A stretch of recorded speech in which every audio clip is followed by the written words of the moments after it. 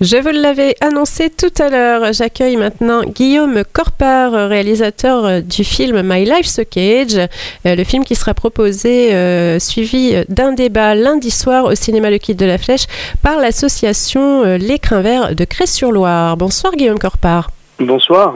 Alors avant d'être réalisateur de ce film, vous êtes chanteur et musicien d'un groupe qui s'appelle The Aim, un groupe belge. Parlez-nous un petit peu donc de l'histoire de ce film qui est tiré d'une de vos chansons. Oui, dans l'album précédent, on a écrit une chanson qui s'appelle My Life is a Cage, donc ma vie est une cage, et qui parle des animaux, parce que c'est une question à laquelle nous sommes très sensibles pour avoir, nous, beaucoup d'animaux abandonnés autour de nous, chez nous.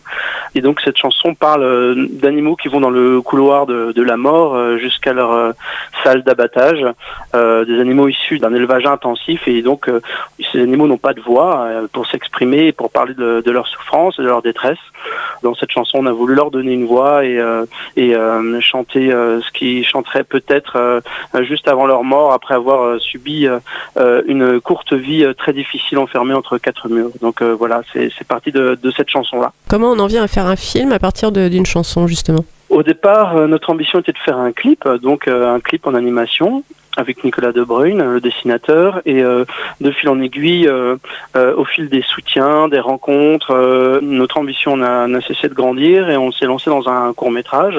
C'est un court-métrage que j'ai réalisé avec Nicolas et avec Camille Lacour, le nageur, et Émeric Caron aussi, qui est apparu dans le film, Alexandre Lénier aussi, l'acteur qui a joué dans le film ALF, et donc voilà, on a fait un film parce que le but du jeu était d'avoir un support artistique pour parler au nom des animaux, mais aussi un support pédagogique en vue de le distribuer à un maximum de monde, utiliser la musique, utiliser la poésie, utiliser les images pour parler de cette détresse des animaux, mais pas seulement, parce que on ne veut pas être seulement négatif, mais aussi parler en positif de cette compassion qu'on peut avoir avec eux, avec nos frères et nos sœurs, les animaux.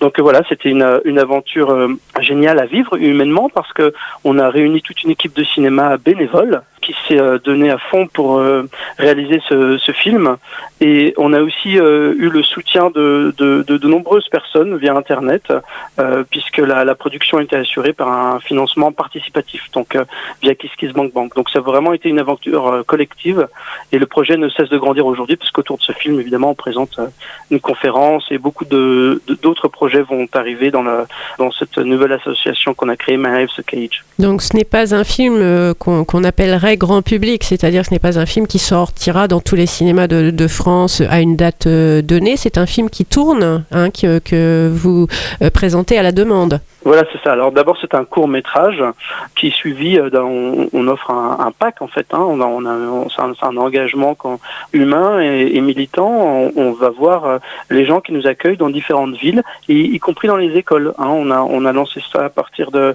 2016. On va visiter des écoles en Belgique.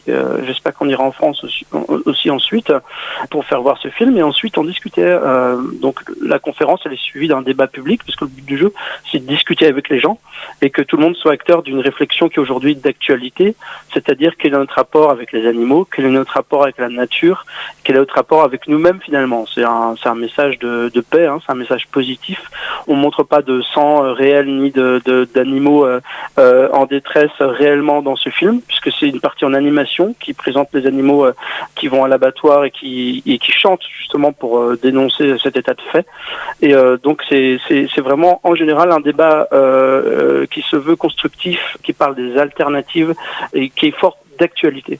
Et d'autant plus parce que l'impact de notre consommation d'animaux est extrêmement fort concernant l'écologie et concernant le réchauffement climatique.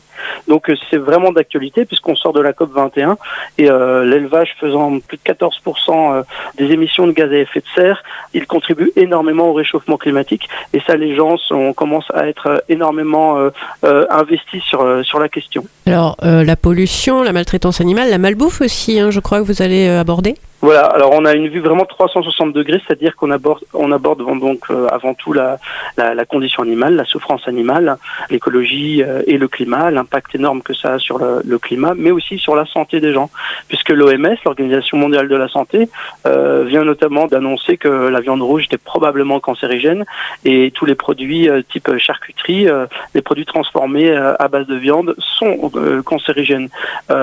Donc on veut aussi discuter avec les gens et démystifier un petit peu des croyances populaires qui sont vraiment véhiculées par l'industrie aujourd'hui, par l'industrie agroalimentaire, notamment est-ce que c'est vrai que la viande est la seule source de protéines, c'est la viande renfort, est-ce que c'est vrai qu'on a besoin du lait pour ne pas casser nos os, etc. Il y a beaucoup de fausses idées, de fausses croyances et expliquer aux gens, démonter un petit peu tout ça, expliquer aux gens que si on veut être en bonne santé, végétaliser, manger moins de viande et végétaliser son alimentation au maximum, c'est quelque chose d'extrêmement positif pour la santé, pour les enfants, pour les vieilles personnes, etc. Donc aujourd'hui, c'est vrai que on a de nouvelles informations, de nouvelles études, et il est temps de discuter de tout ça ensemble et de ne pas manger ce qu'on nous impose de manger. C'est toute cette industrie qui pense plus à faire du profit qu'à se soucier de notre bien-être aux humains et le bien-être des animaux. Donc là, vous êtes invité par l'Écrin Vert, qui est un refuge pour animaux de ferme, justement. Est-ce que c'est souvent que vous êtes sollicité par des associations de protection animale comme celle-ci ? Oui, parce que beaucoup de refuges comme celui-là donc défendent, et ça c'est formidable, protègent les animaux, des animaux abandonnés, des animaux de ferme ou des animaux de compagnie abandonnés dans leur localement. Donc ça c'est un travail formidable qu'ils font. Mais beaucoup d'entre eux ont aussi une vue un peu plus large, c'est-à-dire se soucient énormément justement de l'impact de notre consommation des animaux sur la planète, sur l'environnement et sur les animaux. Et donc ils appellent ce film comme plein d'autres choses, parce qu'il y a beaucoup d'associations géniales, militantes, comme L214. D'ailleurs, Alexandra Cochet qui viendra débattre avec nous ce soir-là, qui viendra présenter le film avec moi. Et je pense, beaucoup de refuges sont de plus en plus investis sur la question militante en général. Donc voilà, il nous invite dans différentes villes pour présenter le film et sachant que les profits qui sortiront de ces soirées iront aux associations qui sont organisatrices. Voilà, donc là, en l'occurrence, au profit d'Écrin Vert. Ce film est sorti, je pense pas me tromper, en juin 2015. Oui, la première à Bruxelles, en Belgique, a eu lieu en juin, effectivement, et la première à Paris a eu lieu en septembre. Donc ça, c'était les démarrages en Belgique et en France. Alors, quel est le bilan aujourd'hui, là, en janvier 2016, de ce film ? Combien de dates avez-vous eu ? Quel accueil du public ? Pour l'instant, l'accueil du public est extrêmement favorable, extrêmement positif. On invite d'ailleurs tout le monde à venir voir notre page Facebook et notre site web sur lequel nous mettons des retours, des soirées et surtout le programme à venir, parce que on doit passer chez vous à la Flèche, mais aussi à Paris. On sera au Veggie World à Paris en avril. On doit passer à Bordeaux, à Toulouse, à Limoges, à Biarritz, etc. Pas mal de villes nous attendent en 2016 et les gens ont envie de s'emparer de ce débat et utiliser ce support comme d'autres pour discuter de façon démocratique et de façon positive de cette question, parce que je pense qu'il y a un vrai changement de conscience aujourd'hui qui est en train d'arriver. Donc voilà, ce film est rentre en plein dans l'actualité, dans ce que les gens ont envie d'entendre et de parler, quoi. Ça marche bien, et tout ça donc oui, au profit de la protection animale. Voilà, et aujourd'hui même, ce matin même, on est passé à plus de 10 000 likes sur notre page Facebook, et donc alors que ce projet n'est que naissant, donc ça prouve à quel point aujourd'hui les gens ont envie de soutenir l'idée de la paix. Vraiment, l'idée de la paix est une idée que notre bien-être à nous, les humains, passera aussi par un respect et une attention vis-à-vis de la nature, vis-à-vis de l'environnement, mais aussi vis-à-vis des animaux. On peut envisager le bonheur et le bien-être de façon globale et non pas que de façon séparée et égoïste en pensant que on atteindra un confort, nous les humains, sans penser au bien-être des autres. Et je pense qu'aujourd'hui c'est vraiment une idée nouvelle, c'est une idée moderne et c'est une idée qui a un énorme avenir devant elle. On va terminer avec une petite anecdote mais qui entre complètement dans le sujet. Je crois que vous-même vous occupez d'un refuge là où vous êtes en Belgique. Oui, je suis bénévole dans un refuge et moi-même donc le refuge sans famille et moi-même à la maison j'ai beaucoup d'animaux abandonnés, des brebis, des chèvres, des poules, des canards, des chiens, 7 chiens, des chats, enfin il y a beaucoup de monde, des oies aussi et voilà, c'est avant tout du terrain, c'est avant tout de l'investissement pour les animaux, mais c'est très important d'aller en discuter avec les gens qui sont dans les villes et qui n'ont pas obligatoirement accès aux animaux et qui ne savent pas à quel point ils ont des émotions, à quel point ils peuvent être intelligents, ils peuvent avoir une conscience, à quel point ils peuvent souffrir, à quel point ils peuvent connaître des joies et à quel point ils ont une personnalité, que chacun d'eux a une personnalité.